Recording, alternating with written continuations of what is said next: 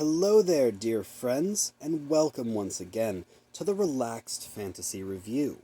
On this channel, we spend our time looking at fantasy of all sorts, from movies to games to books, and applying the characters and their powers within to the tabletop game Dungeons & Dragons 5th Edition.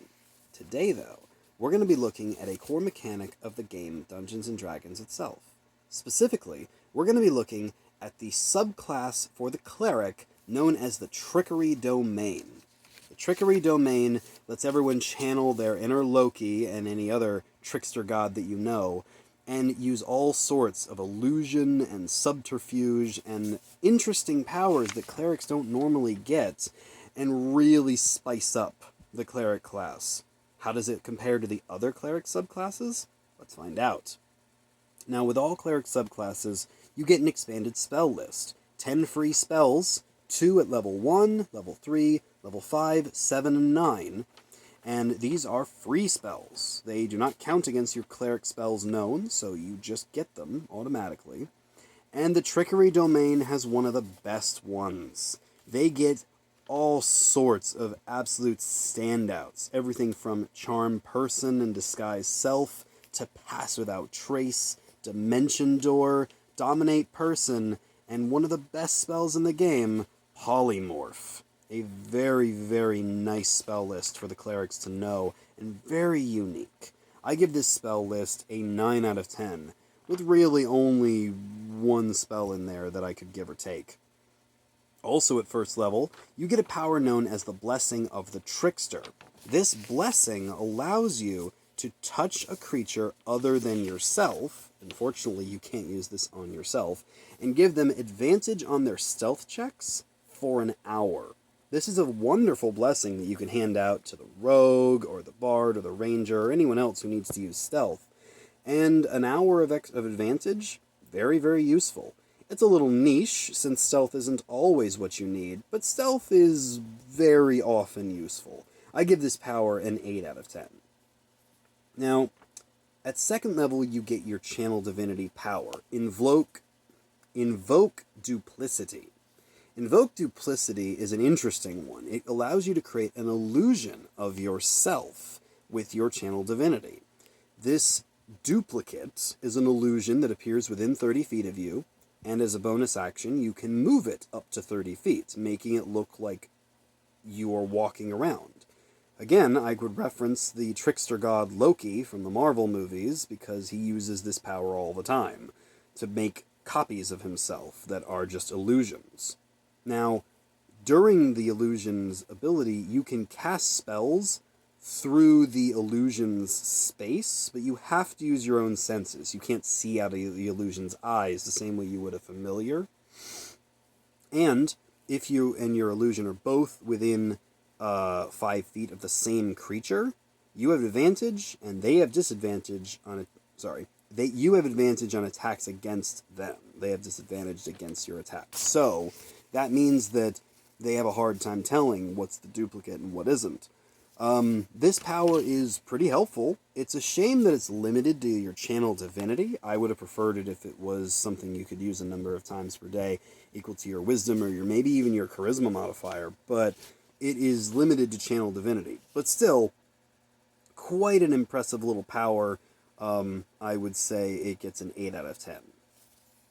At level 6, you get another Channel Divinity power, the Cloak of Shadows. This allows you to vanish as an action. You become invisible until the end of your next turn.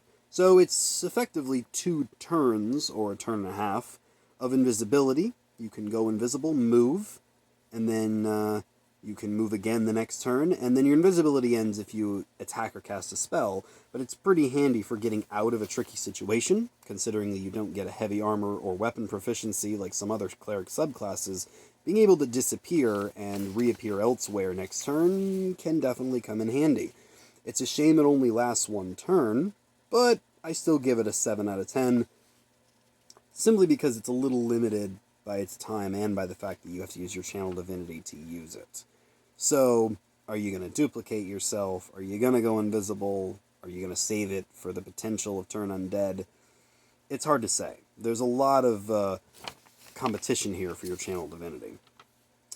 However, at level 8, there's no challenge here because you get your Divine Strike. This allows you to invoke poison damage with your attacks. Your weapon attacks gain a 1d8 dice for poison damage, which then goes up to 2d8 at level 14.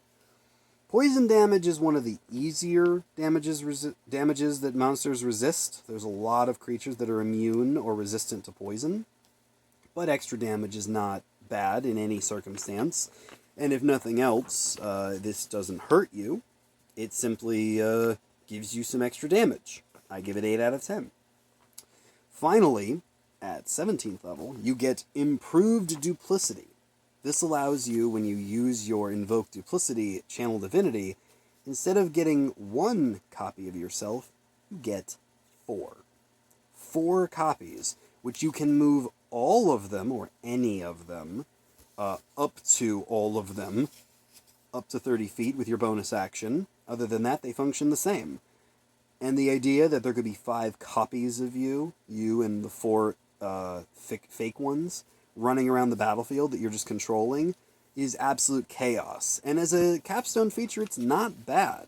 It certainly will confuse the big bads. Anyone who doesn't have True Sight won't be able to tell what's the illusion and what isn't.